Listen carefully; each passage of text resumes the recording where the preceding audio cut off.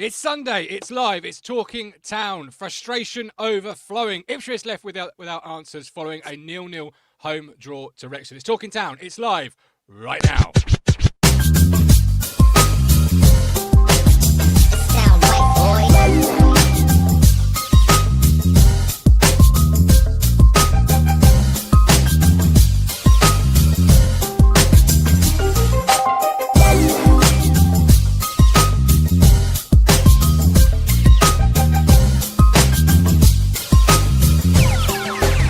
Sound right, boy.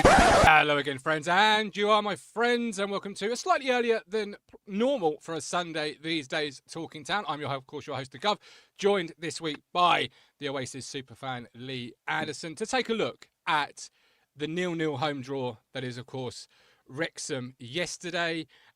We are going to break it down. We're going to discuss it as we do, as only we can do here at Talking Town. So thanks for being with us live. Or when on catch up, please do let us know your comments. We've got a show tomorrow night looking at Hull. We've got obviously the Hull match reaction, a busy week lined up. But we're going to focus on yesterday's 0-0 home draw to Wrexham. And don't forget, if you like your town news, views, fan opinion and more, hit the subscribe button and join Talking Town. We're earlier today because it's my birthday tomorrow. Thank you to so many people who have sent me birthday wishes already. I appreciate them. But tomorrow's a school day. People don't work. So we had a little, just some time as a family doing various different fun activities. But I'm here now to discuss the funnest activity of all, Lee Anderson. And that is, of course, the 0-0 home draw to Wrexham. So here's our town in 60. As always, we break it down in 60 seconds. And then we'll go into more detail through the course of the show. Thank you, Stuart, for happy birthday. I appreciate it.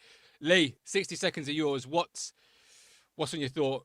What's on your mind? What's your thoughts as we sit here on a Sunday afternoon after 0-0? First, I guess the overwhelming thought is frustration. Yeah. Frustration, and it feels like it took me back to the League One days when McKenna had his first full season, where teams are coming to park the bus, and that's, let's not complain about that. That's, I guess, a sign of respect for the team that we have and the players that we have, and where the club is at the moment, completely different to where we were in the Championship 2 years ago, where teams are coming and having a go and we were picking them off.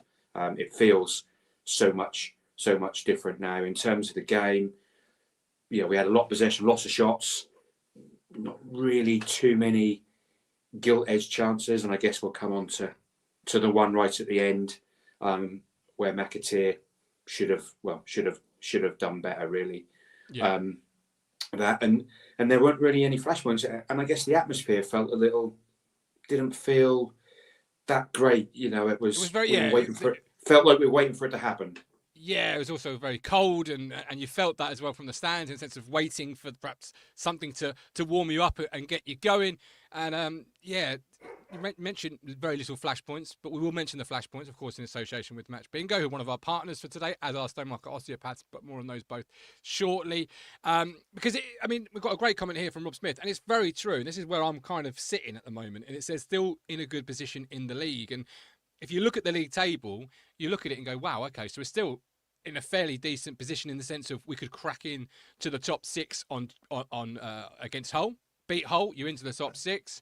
But then you look at yesterday in its isolation, which is what we're going to do, and performances and flashpoints and all of those different things. And it wasn't a great day for me. 0-0 at home to Wrexham. Wrexham, full credit, did their job tactically, executed their plan fantastically. But from our point of view, from a town point of view, not the best. I'm just putting my phone on in case I have to put it onto the holder, because since I got back today and put the computer on, Lee, it's been making a load of funny noises. And as you were talking there, it was sort of making real bad funny noises. So it might go at any moment. Great. They say things come in threes. I'm counting yesterday as the first thing that went wrong. Hopefully it doesn't go wrong, but if it does, that's the second thing. But great, that's what I need. Look, it's almost like the world knows. You might get a little bit of birthday money, and it goes, don't enjoy that too long, will you? Because we're going to take it right off you. We've got the Shire Sharp, very frustrating. Really could do with Fortress Portman Road again. Stuart, thoroughly disappointing afternoon. 2 points drop for Asmark, absolutely. Boy about town, I'd rather trust McKenna than anyone else to work out how to go around a solid wall of defence. And you mentioned, I mentioned yesterday, and you touched on it a little bit there. Almost same old story. Low block ruins Town's day, and that's been it's certainly been the story since McKenna took charge, that the low block has been notoriously difficult for us to break down, for us to play through. And yesterday proved no different. And Matt always says when he's on the show, when Town get into the 500 passes mark, you know it hasn't been a good day. And yesterday we were just over 500 passes, and I felt every one of those passes at times, Lee. It was so slow, and when teams allow you the opportunity to just be on the ball in your own half, I want to see a little bit more aggression, a little bit more tempo, a little bit more pressing the issue. Would you agree with that? Did you feel our build-up play, particularly yesterday, was incredibly slow? There's patient, and then there's so patient you almost fall asleep. I think it's better. I think it's better than it has been previously, particularly in the Premier League.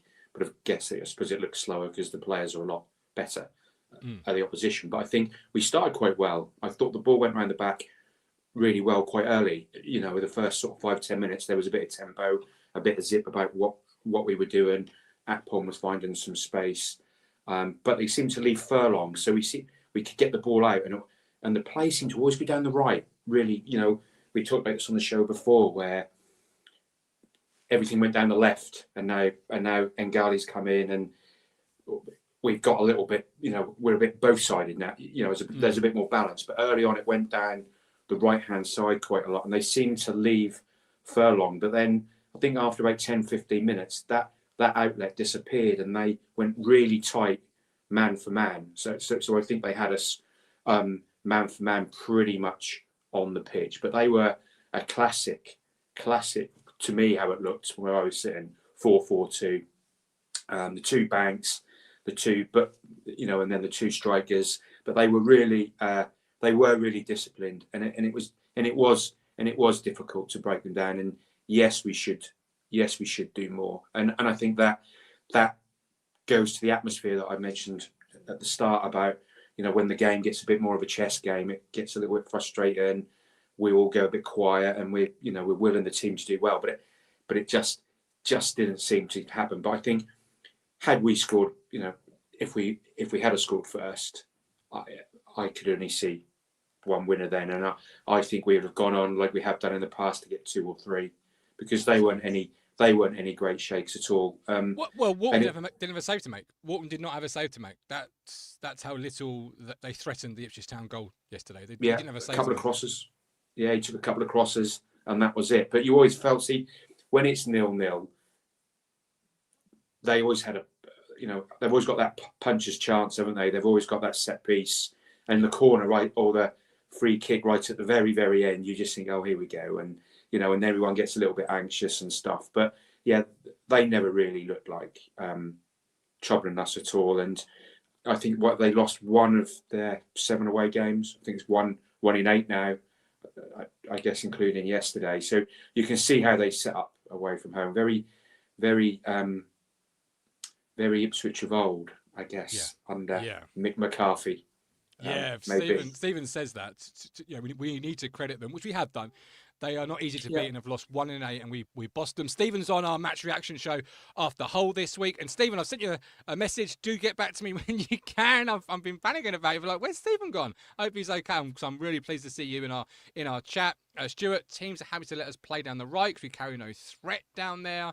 Okay, let's do the flashpoints then in association with Match Bingo. This isn't going to be a long segment, so don't worry, because there's very little flashpoints from yesterday. But don't forget the word town, all in caps, because we've partnered with Match Bingo to give you a 100% deposit bonus when you deposit the minimum of £10. You must be 18 or over. Terms and conditions apply. Please gamble responsibly.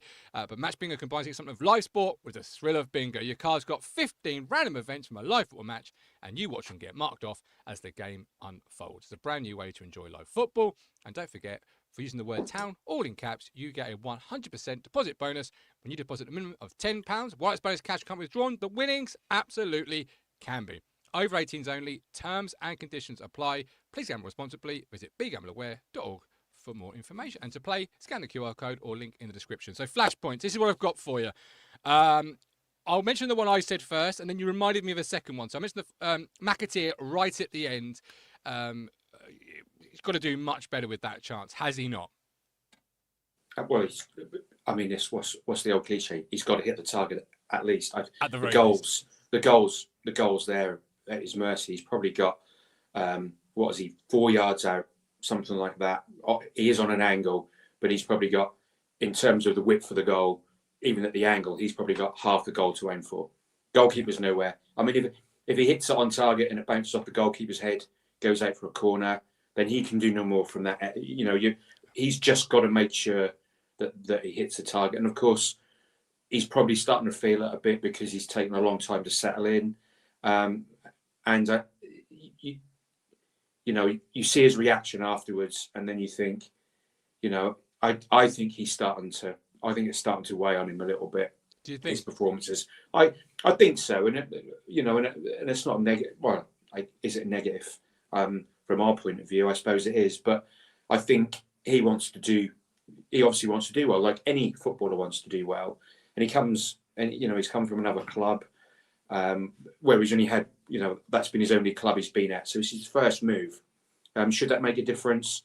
I guess the cynics will say no, but he's started to be integrated, and it's just not going for him. And I go back to the Swansea game where he put 4 crosses across that 6-yard box, right across the 6-yard box. There was no one tapping those in. No. You feel if there was someone on the end of one of those, 2 of those, he's feeling a lot better. He's doing his job, and you just feel that had some other things gone right for him in terms of assists and that before, you feel that he might have not snatched that so much and put that in. But it just fell to him. It was right down below me, and I just thought, it's a goal. And then it just blazes. It feels like he caught it on the outside of his foot and sliced across it with the way the ball went out. But he's just, it's just a real shame for him. Just a real shame. Yeah, I said on my little match reaction piece from the car yesterday, I didn't actually see that opportunity. I've had to watch it back. And I don't know how he's not scored watching it back, because I was actually out of my seat screaming for a penalty, because I still believe, I've not seen any evidence to suggest it hasn't hit the Wrexham defender's arm, because it hits the defender then falls down to McAteer. I believe that's hit the back of his arm. And you could say the defender's got his back to it. Doesn't matter. His arm's in an outstretched position. That is not a natural position to have your arm, whether you're looking at the ball or whether you're not looking at the ball, through your jump in midair. For me, at live, that was a penalty. I've not seen it back enough to say that has changed. I know Dara O'Shea, if you watch it back, certainly believes it's a penalty in the way he's chasing after the referee, Luke Wolfenden-esque. But in terms of McAteer, you're right about the Swansea. I said that on the members team rating show last week, in the sense of if those are converted, he gets a completely different match rating last week, because he's put the ball into the box in some really good opportunities, and nobody's gambled, nobody's been following it up, but they didn't. And yesterday, I didn't actually think we were going to see him. The game was going on so long, I didn't actually think McKenna was going to make that substitution. I felt at one point he's going to go with Egley for the whole game and see what he could get out of Egley, but he brought McAteer on in the end. And I don't know, Lee. I mean, I come back to what was said in the summer, and if memory serves me correctly, we're told we're looking to bring in a type of player that can play in the Premier League. And right now, I'm not quite sure I'm seeing that with McAteer. I'm not seeing enough of him. I'm not seeing, and a bit like Chuba Akpom, I guess. I feel like we're sitting here 15 games in, and I feel like I've not seen enough of either player to really make a definitive judgment and say, yeah, not good enough one way or the other. But equally, we're sitting here 15 games in, and I've not seen enough of either player. Is that fair? No, absolutely. I mean, if you think about it, out of all the players that we brought in this summer gone, these are the 2 that haven't. I wouldn't say not contributed. I mean, Agali has more, but I think Akpom and McAteer are the 2 that are now haven't made a major contribution to the game, and I think that's starting to tell it. And of course, yes, I go back to, say, Philogene and Clark last season.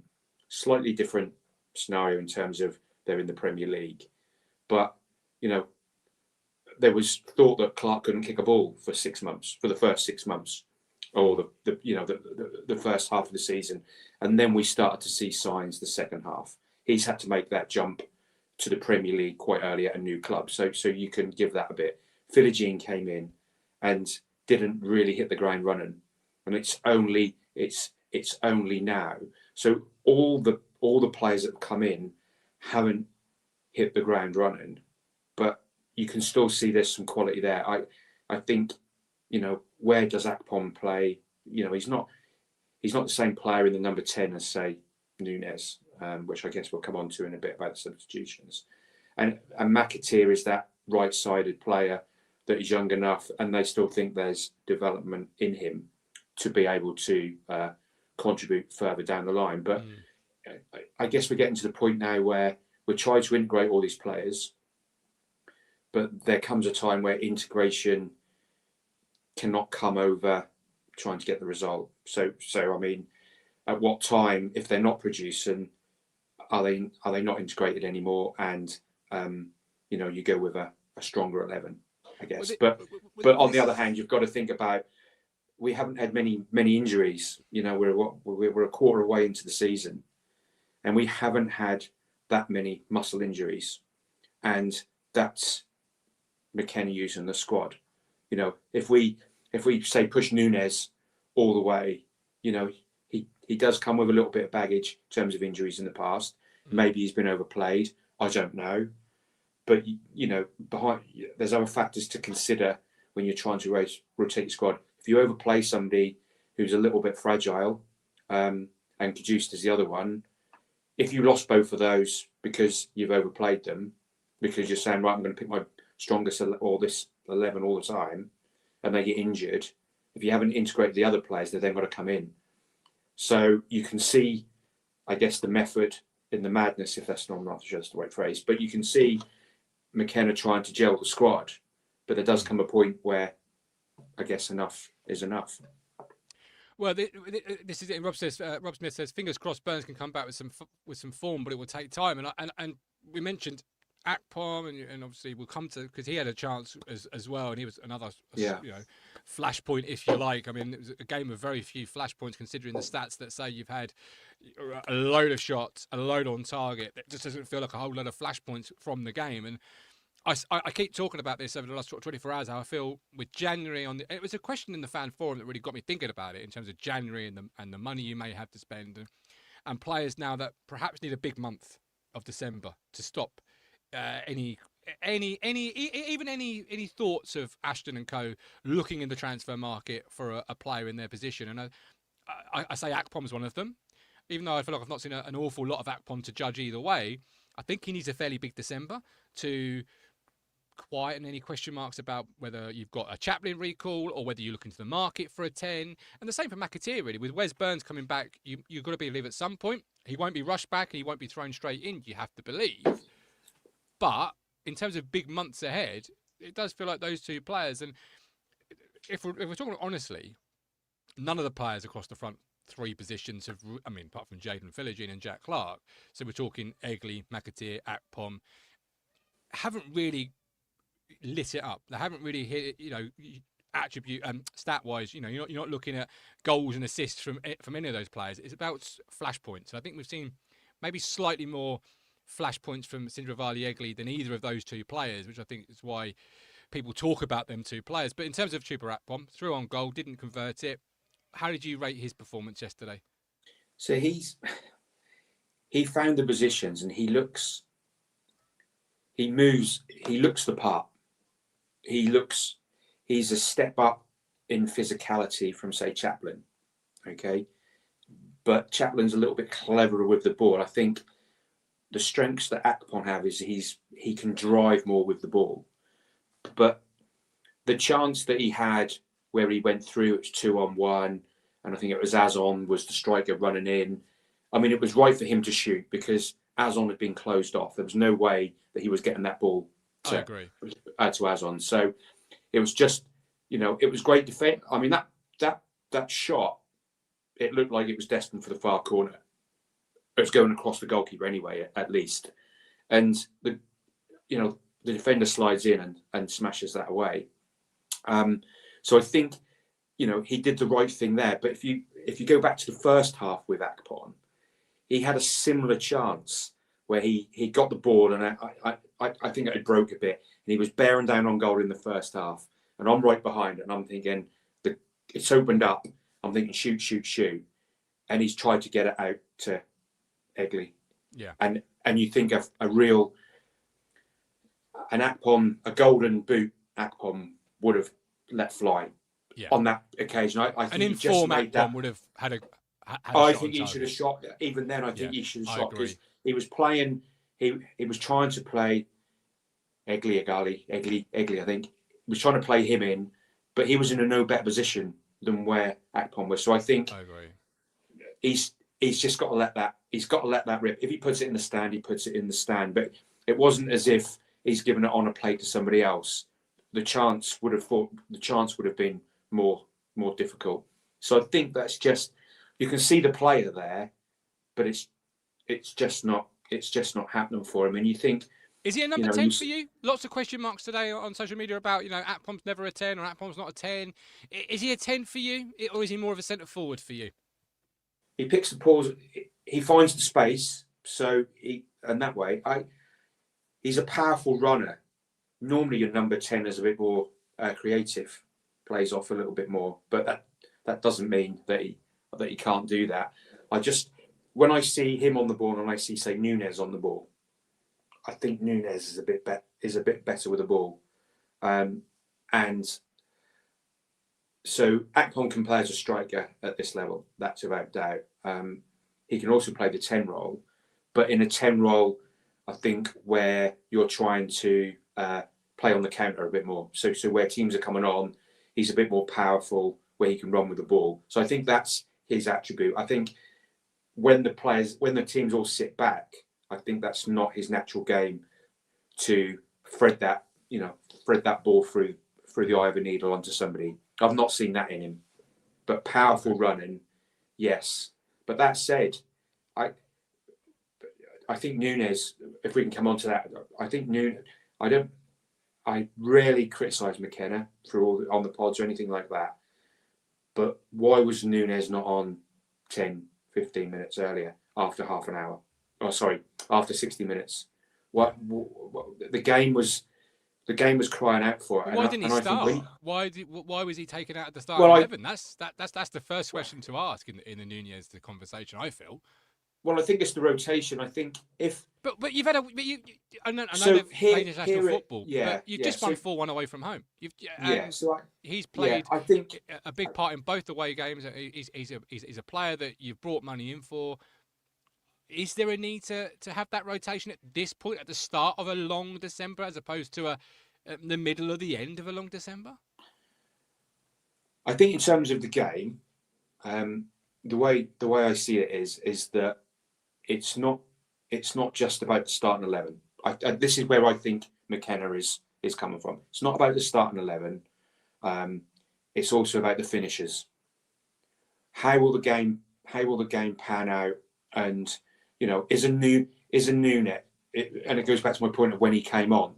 Is a Nunes for half an hour against a tyrant defence where they're sitting back better than a Nunes at the start of the game. So if the game's still 0-0 after an hour and they're sitting back and you've given Akpom a go, that's the great time to bring Nunes on, because he's going to thread that ball. So I think because he can unpick it when they're defending, or even to come on if we were a goal down and we're chasing it a little bit more. But if you put him on at the start, yes, you could. I mean, hindsight is a great thing. I've always said that on here, but I just feel that you can see the rationale behind it in terms of who you're then bringing on. But I think Nunes and Egley on together, when you've got your footballers on, and what I mean, you know, your creative footballers, and you bring Cajuste on as well, they should all be on with half an hour to, you know, you want them half an hour to go. And the Swansea game and other games, when Nunes picks that ball up and drives, and I think we saw it a bit yesterday, when them two are reacting together, you always feel like they're going to score. You know, Nunes drifts wide into the chaplain position, picks the ball up. Egley smashing himself forward to get involved with that. And you can see that. And I just think that relationship between the 10 and the right side, I just think Nunes should have, he doesn't start. But where the game was at 0-0, he should have been on after an hour. He needs more than 15 minutes. He needs more than 15 minutes. He needs half an hour. I says I accept that it's not about the starting 11, but Nunez should be playing more minutes, should be starting more too, sort of agreeing with you. Stephen said we took Jaden off for 10 minutes. We had very few people who could hit it from range. Boy About Town still thinks Jaden should have stayed on, most dangerous by some distance, and start Clark in the week. Trevor says Nunez best passer and dead ball player. He has to have more minutes. And Higgy says stop with the rotation nonsense. Play your first 11. There's no point dropping points, giving players a run out. You might as well risk dropping points later. Okay, time out. Don't forget we have launched our merch store. Members get 15% off. Everybody else gets 10% off. Links in the description, or the QR code is on the screen right now. And you can become a member at any point in time. We've got 2 tiers for you to choose from. Become a YouTube member or head to our Ko-Fi site and support the platform. Help us to continue growing. Lots of new content, hopefully planned for the December and beyond. But if you believe what we're doing here at Talking Town, giving fans the voice, then join us, become a YouTube member, or head to our Ko-Fi. We've got voicemails now, Lee. Are you ready to hear the voice of the fans of Ipswich Town FC from the stands? Is what the segment is called. Are you ready, sir? I'm trying to get the link up. That's why my head's down. And you're seeing my my dodgy forehead. I'm there now. Excellent. Here we go. So, from the stands this week, it's voicemail time. Let's go. Thank you for your free content. Tune in all the time. Love it. Most of the time it's in the middle of the night, so I don't always get there live. But thank you. Very positive after the town forum. Things going forward. Looking forward to this weekend. Football being back. Confident. Very confident. 5-0. 5-0. I'm talking about the Ashes, of course. Australia 5-0. But when we get to the football, tough test against Wrexham, must beat newly promoted sides, 2-1, and a big December for us. Cheers, mate. Ian the Trucker Blue here, watching from a truck stopping crew. What can I say? 2 points dropped all day long. I mean, Furlong should be a backup right back. I think we've got a better option in Ashley Young. I don't know when we're playing him. Not playing him, sorry. He was playing in the Premiership last year. Taylor, although he's good in spells, he shouldn't be a regular starter. We need someone creative in that position, either Kayust or possibly Nunes. Egley's showing signs of the player he's going to become, but I think he's probably a season off that. Possibly Burns hopefully can come back in and Egley can sort of play second fiddle to get to that position. Akpom is not the answer in number 10, not even close. I don't even think Nunes is, but he's still a better option. Hurst should be a backup striker and Azon should be a backup striker to Hurst. I don't see Azon being any better than Ali, to be honest with you. We need a better number 10 to stitch everything together in the front line. Hopefully we can address that in January, as well as definitely needing a better striker in that, up top. We also need to keep Nunes or Kayust in midfield because we just need to miss that creativity. Yeah, I think Clark is better than, if you average things out, Clark is a better option than Philogene. I think that Clark should start. Philogene's good in spells, but not good enough. Wrexham had nothing but a, mid to low block. They didn't do anything. We just still showed continuously we can't break that down. At this rate, we're a playoff team at best if we're lucky. Disappointing, really disappointing. Well. What a lackluster game. Akpom couldn't score in a brothel, couldn't hit a barn door from 2 feet away. Just no confidence in the guy. I don't know if he has any confidence in himself, but I think there needs to be some reinforcements in January in both striker and in 10. It's unfortunate, but it is the way it is. Up the town though, onwards and upwards. We didn't lose, that's the main thing. Morning lads, Bjorn here. I think I've just woken up from a dream, or did I take ages walking down through the cold pissing rain to go and watch us not beat a team of 11 defenders again. Low block. The Ipswich Town kryptonite, the low block. The teams that just want to defend, the teams that don't want to attack, awful. The Akpom thing's starting to get a little bit of a worry now. It's not so much the ability must be in there for him to score all the goals he scored for Borough. But for me, it's when something goes wrong he seems to get very frustrated and get very disinterested very, very, very quickly, which is not really a trait that we really want when we're trying our hardest to claw points out of crap situations. Egley needs a goal, but how many times are we going to keep saying this? He's a young player. I want to give him all the credit and all the faith in him, etc. Try and be positive on it, but he should be burying that chance. He's tried to place it, but he should have buried that. And McAteer, no. Let's use some tits on a fish, that one, I'm afraid. When Burns comes back and he's running, I don't see McAteer in a shirt again. We spent too much money on it. Keep the faith. Let's hope we can go and keep the away form running. So 4 goals a game, 12 goals the next 3. Happy days. Upper Town. Choo. And there's your voicemails for this week. Shy Shark says, not sure why we bought Young if we're not going to use him. He's quality despite his years. And I've heard myself back. Lee, are you back with us? Yeah, I'm here.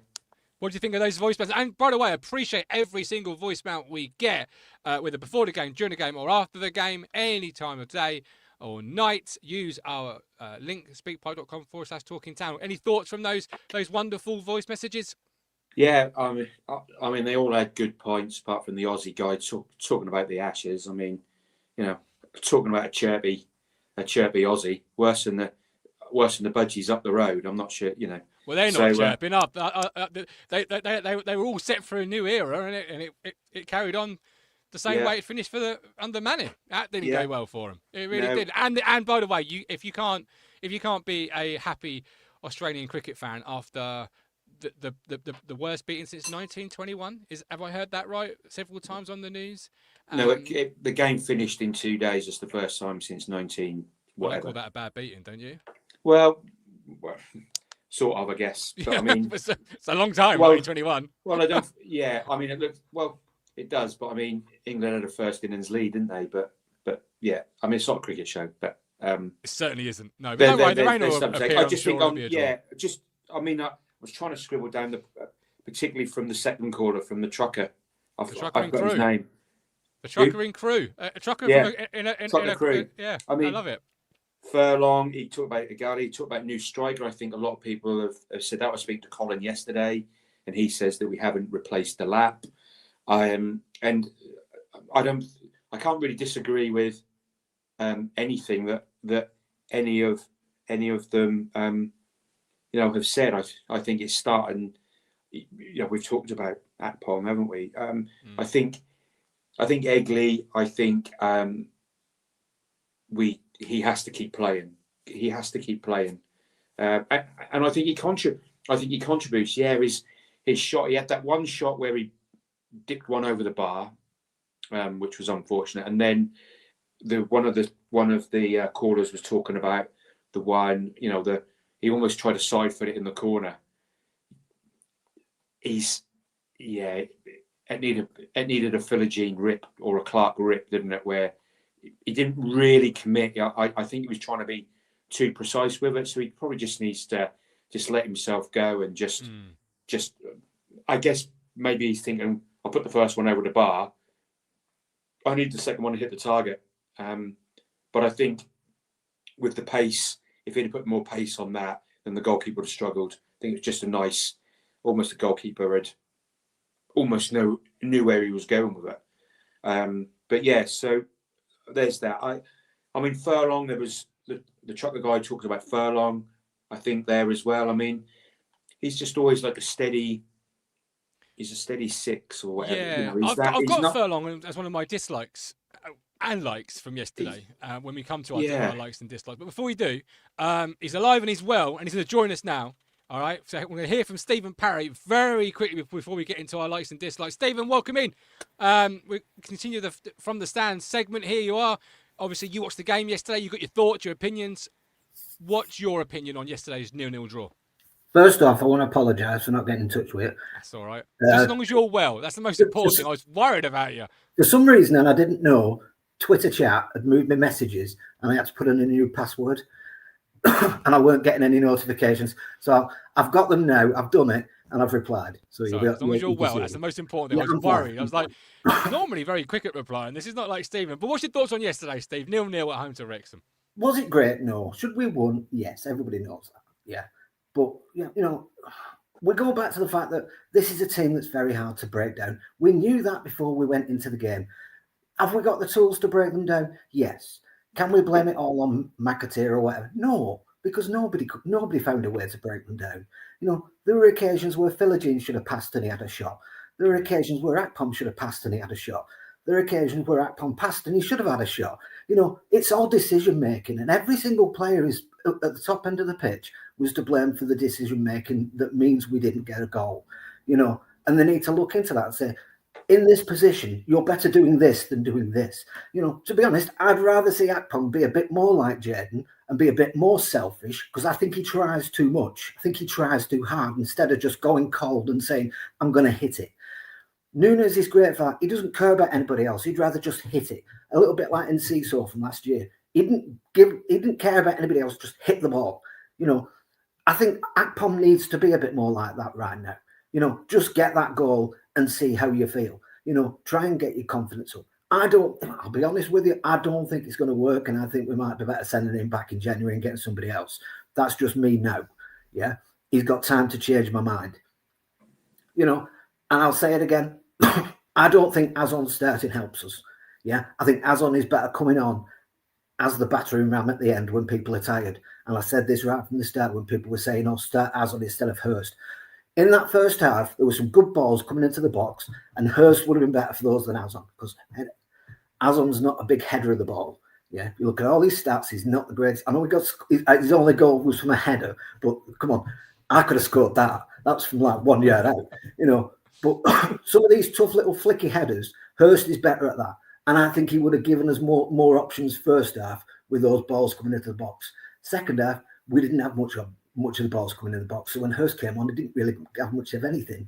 You know, I do agree with Lee. I think Nunes came on late. I think he should have started earlier.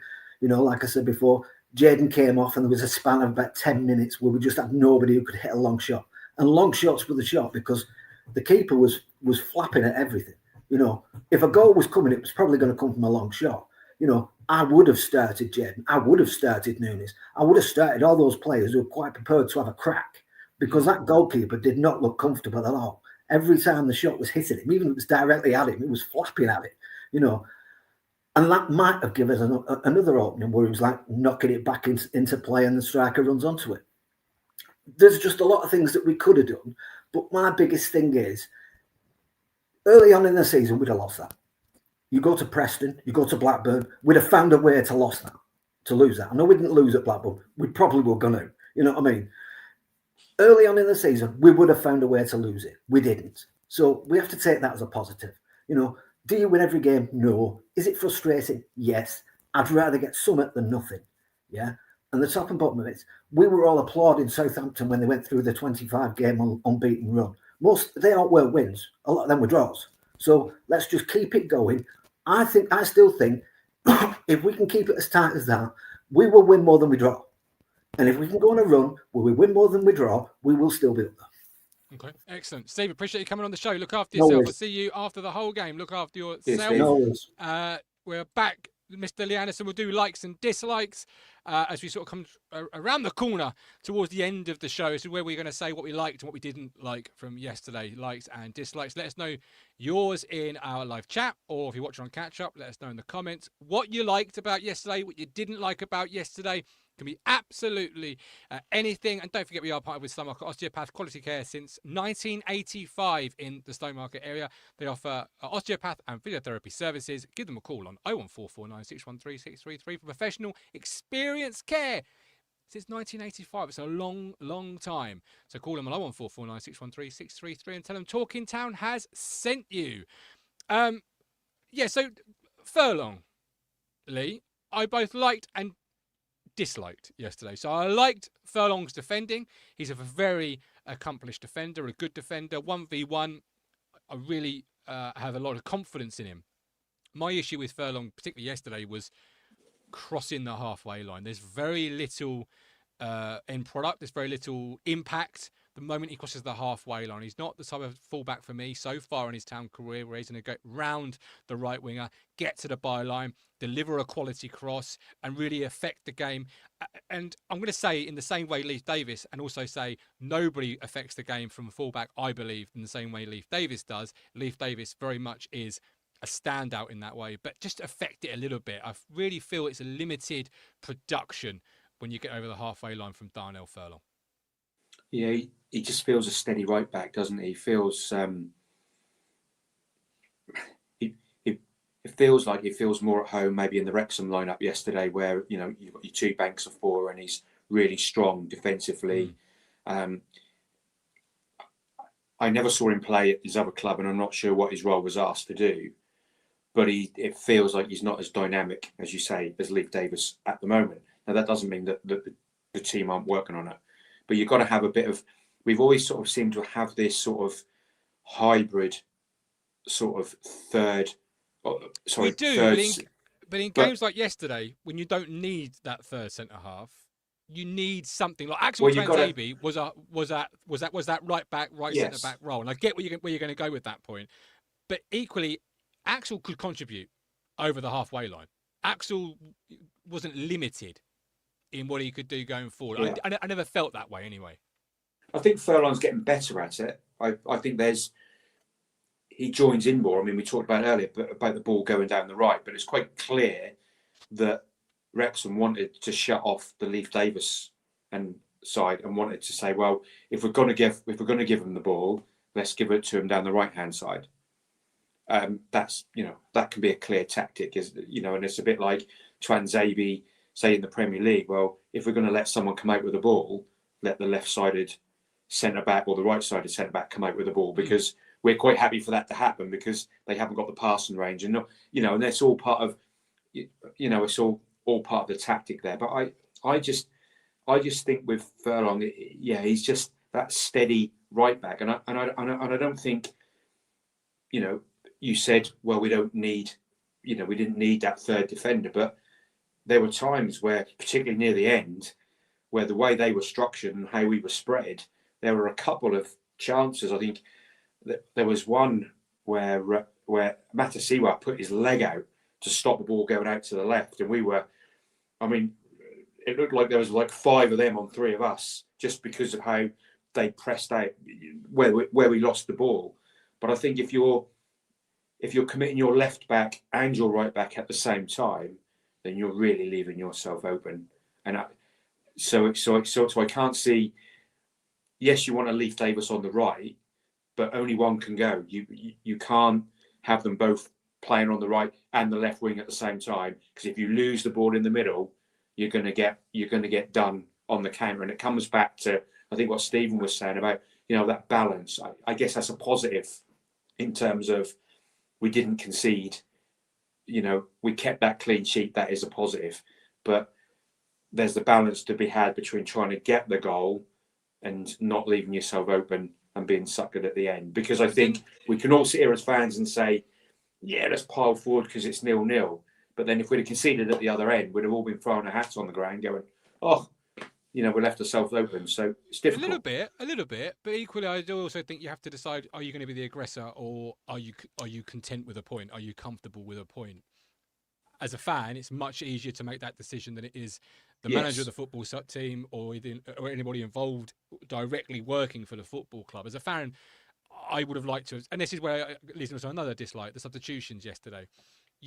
I just feel like Wrexham had a game plan and a tactic, and particularly as the game wore on, the only way they're going to score, you felt, was that counter-attack. And I just would have liked to have been the aggressor in the situation. And whether that's you take off your holding midfield player, which you perhaps don't need because you are so dominant and it is going to be a breakaway goal if they get one, or if you take off your right back and you bring on a more progressive player.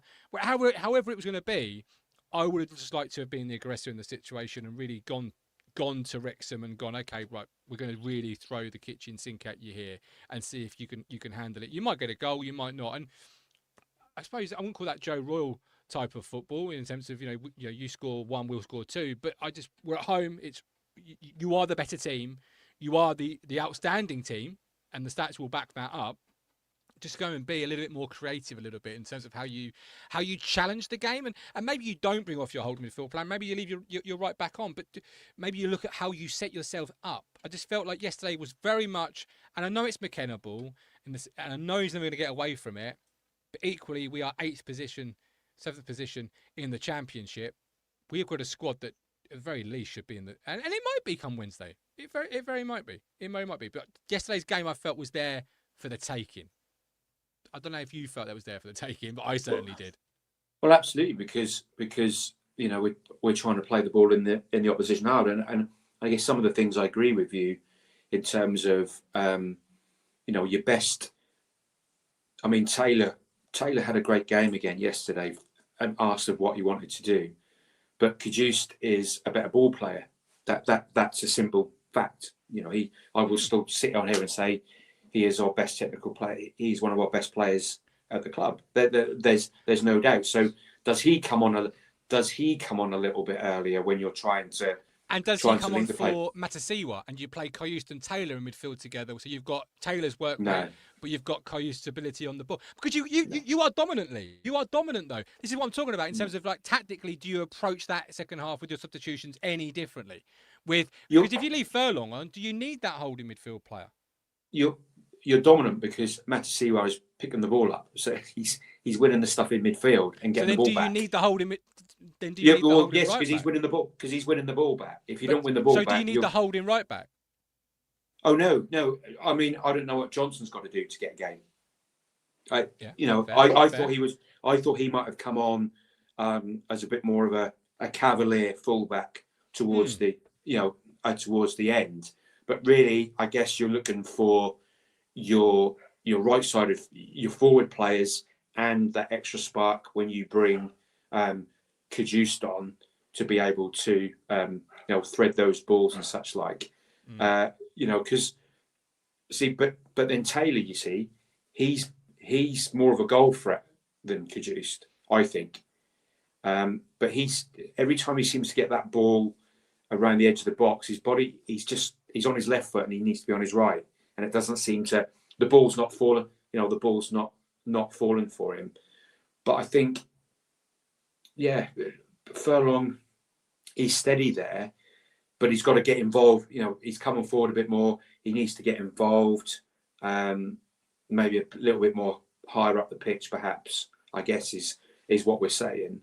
But you imagine a Leif Davis on the right-hand side with Egley.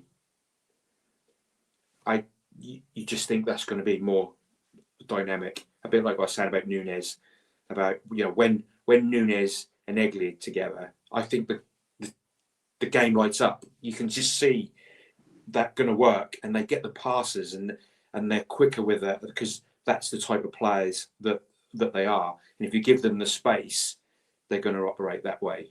Without doubt there. Any dislikes for you, Lee, before we round up? Well, I like the way Taylor has developed.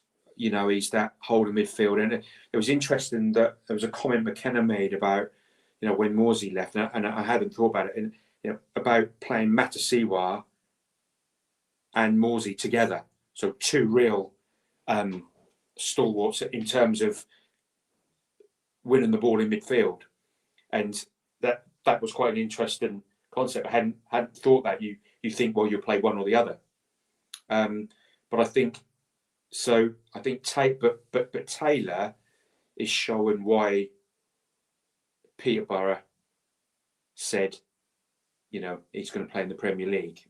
He seemed to have stepped up this year.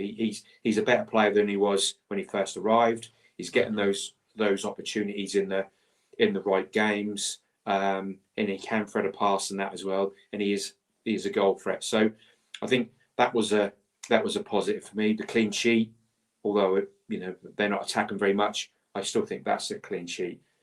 And just on Azon, although it is a positive, I'm not sure, but I don't always agree with what some people are saying about he's not good enough. So he has his limitations, but I thought he linked the play quite well yesterday, and I thought he gave the two centre halves a hard time. What he does lack is and this comes back to what I said earlier about what Colin was saying to me yesterday. He's not the striker where he can drive forward with the ball, and that's a limitation in him. So he can hold the play up a little bit. He needs to get rid of the diving that he's done. But I think he's a bit of a fox. He seems to get in the right positions, but just hasn't scored those goals. But I think, as I say, he can't run forward with the ball. He can't drive with the ball, but he can run the channels the same as Hurst. So I think striker-wise, we're missing somebody that can pick up that ball. And I think Akpom might be that, as a striker, where he can get that ball and drive at the defence for, a little bit higher on the line up the pitch. So I think I'm not sure if that's a negative or a positive. So my questions to you based on those two comments, we'll start with Taylor. Obviously, the world knows by now you're not going to find a bigger Taylor fan than me. So I'm not going to disagree. I think he hasn't stepped it up. He's been brilliant. And then, of course, you threw Morsey into there and how Morsey and Matasiwa playing together. And even without Morsey, he's not here. So even without that point that you made, who is your dictator in midfield? Who's dictating play? Who is the leader of the band? Who is dictating how Town are playing the game of football? Look at all the good teams. They've got a player who can get on the ball and literally run the game, dictate every way it goes. With Morsey and Matasiwa, even more than Taylor and Matasiwa, but certainly with Taylor and Matasiwa, and without Nunez playing, who is your playmaker? Who is your dictator? Because Akpom isn't going to be it.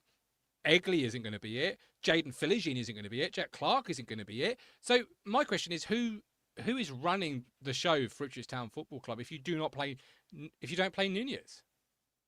And you're sort of playing him in the 10. Is that what you mean? Well, whoever, yeah. Anywhere. Well, anywhere. I think, who's the player with the ball at their feet you know is going to run the show today and be able to, and just play quarterback and put that ball where it needs to get to and play Azon through on the last shoulder, play Egley in behind, play McAteer with his pace in behind, give the ball to Jaden Philogene on the edge of the 18-yard box who can turn and strike it. Taylor is work rate, his effort, his energy. Matasiwa's your problem solver. He will solve any problem. Morsey would have been very much the same. But who's the playmaker? Yeah, that's a good point. I think you've got to have so if you want that real playmaker, I think with the two that we hold in midfield, sometimes you have a pivot where you have one, and that's the ball player, isn't it? Like a Perlo type person who picks the ball up deep, spreads it wide. Well, Matasiwa can do that at this level. But I've seen many things from Azon Matasiwa, but I wouldn't say a playmaking ability I've seen yet. I'm talking about moving the ball, forward and that as well. He's a better ball player than Morsey was. Correct. Agreed. That is so.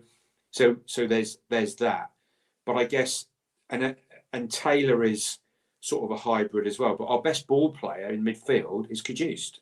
So to your point, to answer that, I guess you've got to either have Nunez or Cajuste in the team. One of those have got to be in the team if you're talking about that. To answer that question, now McKenna might say, well, we need two real holding midfields and we're going to get the ball wide and we're going to attack from the wide areas and that's where we're going to get our joy. But I think Cajuste can beat a player. He can turn and break the line really well. And also I think, Swansea, for example, he got the assist. Did he get the assist? I don't know if he did get the assist for one of the Burgess own goals where he's he's playing on the left wing. But I think he's our best ball player. Nunez is another one, and I think Egley. So, like I was saying earlier about the connections between Egley and Nunez. When you have Egley, Nunez, and Cajuste, ball playing wise, that's as strong as it gets. But when you've only got 10 minutes to do something with that, and then you take Egley off, you've lost that little bit for me. But I think McKenna it feels like he wants two strong defensive midfielders there, perhaps. I don't disagree with that. My only concern is who is then your core. Your ball player, because you're not. You would have Nunez. You would have Nunez as the 10. Yeah, and obviously there was that makes it interesting in terms of the plan, because obviously Chaplin was very much a ball player. He could pick a pass, he could change the dynamic of how you approach and all these different things. But you moved him on to Portsmouth. So what was the plan? Perhaps we'll see it unfold through the month of December. And maybe it was to play Nunez deep with Matasiwa and play Nunez as a deeper playmaker and have him dictate play from that position. But however you get there, I just do think you have to end up more times than not with a midfield three of Taylor, Matasiwa and Nunez, or certainly Karius, Matasiwa and Nunez. However you get there, you have to end up more times than not, for me, with that as a midfield three, as opposed to an Akpom in the 10 role, who may well come good and have a great December, but he isn't going to dictate play. He isn't going to, pick a pass. That's not his game. That's not his game at all for me. And but we'll see. We'll get there. Higgy says, why aren't we rotating Matasiwa, O'Shea, Davis? I'll tell you, it's because they are the best players in the positions. There's proof that rotating to give minutes is a farce, says Higgy. I love Matasiwa. I love O'Shea. I think he's a good defender. I know he gets a lot of criticism, but I'm a big fan of O'Shea. And obviously Davis speaks for himself. Right, before we close, and despite at the start of the show, behind the scenes, I was saying to Lee Anderson, this won't be a long show. We've got a busy week lined up with content. This won't be a long show. Won't do the hour. And Lee said, I've got an hour if it doesn't matter to me. But here we are, Lee. As I said, it's a short show, mate. It's a short show. Yeah, it's a short stuff. Yeah, always stuff to talk about. We just need to, before you start, we need to keep the faith that this championship is more wide open than ever before. And with the exception maybe of Middlesbrough, I've still not seen a team that's better than us, that's going to finish higher than us. I haven't seen it. I know we've got Coventry next time at home, and they're running away with it at the moment.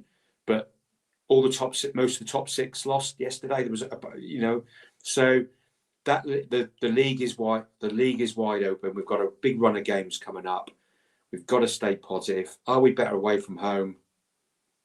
Well, we've played better. Away. Yeah, I think it feels like we're going to win more away from home than we are at home. It feels like that because of the way teams are coming to Portman Road. But it'd be interesting to see how Coventry play us. Approach it, yeah. That's the thing, and you are playing some top six sides in this month.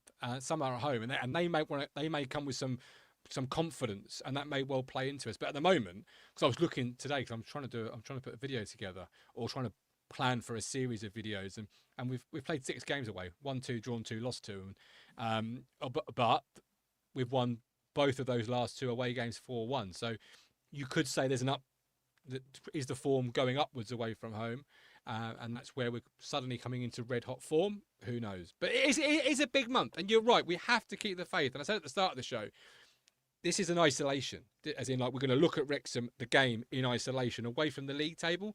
Because if you told somebody who doesn't know a lot about football, this is how you felt about yesterday's game, this is what was wrong, and then showed them the league table, you can't correlate the two. Because the league table says you're right where you don't want to be, but right where you should, you are on the cusp of where you want to get to. One win, you go to third, you then play Stoke, you then play Coventry twice in the same month. You've got Millwall coming. We're going to Millwall, apologies. So you're right where you want to be. If you can't be top 2, you're right where you want to be in the sense of breaking in and it's there. But yesterday in isolation was not good. Just was not good in the sense of how we huffed and we puffed and the frustration. So you're right. You have got to keep the faith. And it's as a football fan, it's keeping those two in balance, not getting the disappointment get too high, but equally not ignoring it so much that it's gone the other way, where you just look at the league table and almost get, because as football fans, Lee, I don't know if you're the same. Whenever you have a game in hand, you've always won that game in hand. I'm sure Blackburn fans are looking at it as well. We've got Town game in hand. We've won that game. We'll be here once we've played that. Football fans are notorious for however many games in hand, whoever it's against, you've always won it in your head. Always. You've always got it as 3 points. I don't know if you're the same. Because in my head, I've got that game in hand, and we're already in the top 6. We're already there. It's just that's 3 points in the bag. Yeah, well, I think you're looking for parity on what you're trying to do. So if you've got that game in hand, what would it look like if you win it?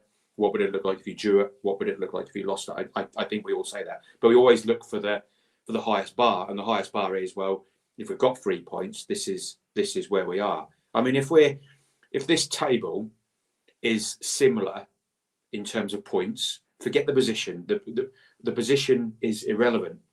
It's the points. It's the points of where you are. And I think if we get to January and the points, even if we're the same, we're a point outside the playoff and we're 3 points from second, I still feel that as these games start to bite and the teams higher than us, if they get a few injuries, some of them are going to drop away without doubt. Yeah. Without, you know, and our strength in depth should give us an advantage. Doesn't mean that it's going to, you know, it doesn't mean it's going to happen, and there's no God-given right to it. But I just feel that if we're still there about at Christmas, look what happened in League One. Look what happened when we pushed on in League One. Now, I'm not saying we're going to go and win 12 games on the trot in the Championship, because it's much harder in the Championship, without doubt. But when you look at the other teams, and you look again yesterday, I would be worried if we'd have watched the game yesterday and it was 0-0, but they were all over us. A bit like McCarthy, you know, in the final McCarthy years, where we were setting up to defend against the team who were bottom of the table, and we're hanging on a bit, and we're still playing that sort of dull way. That's when I would worry. What I see a team that is getting better. We've got better players in depth. We've got more strength in depth than any club that we've played so far. You know, and it's clear. I appreciate we've got to turn that to wins, but I think we've just got to stay calm and let it run its course. You know, if we're 6 points adrift come March of the playoffs, then of course, you know, you would be worried. But I think that's a long way, still a long way to go. But we have to pick the results up, without doubt. And it puts a little bit more pressure on the 3 away games, doesn't it? If we've not won today. Yesterday. 2 more points yesterday. We're all feeling better. We're in the top 6. Everything's looking great. We've got that game in hand against Blackburn, who won yesterday. But I would expect us to pick up 6 points in the next 3 games. Okay. All right. We're live again tomorrow, 8 p.m, with our match preview as we look ahead to the whole game. So do join us then. Like and subscribe for your town news, views, fan opinion and more. But until tomorrow, Mr. Lee Anderson, you, the wonderful live audience, and you, the audience at home watching on Catch Up, we appreciate you just the same. Take care. God bless. All the best. You've reached the end. Thank you so much for watching. Hit here to subscribe. It's totally free. And hit here for more Talking Town videos. I'll see you on the next one.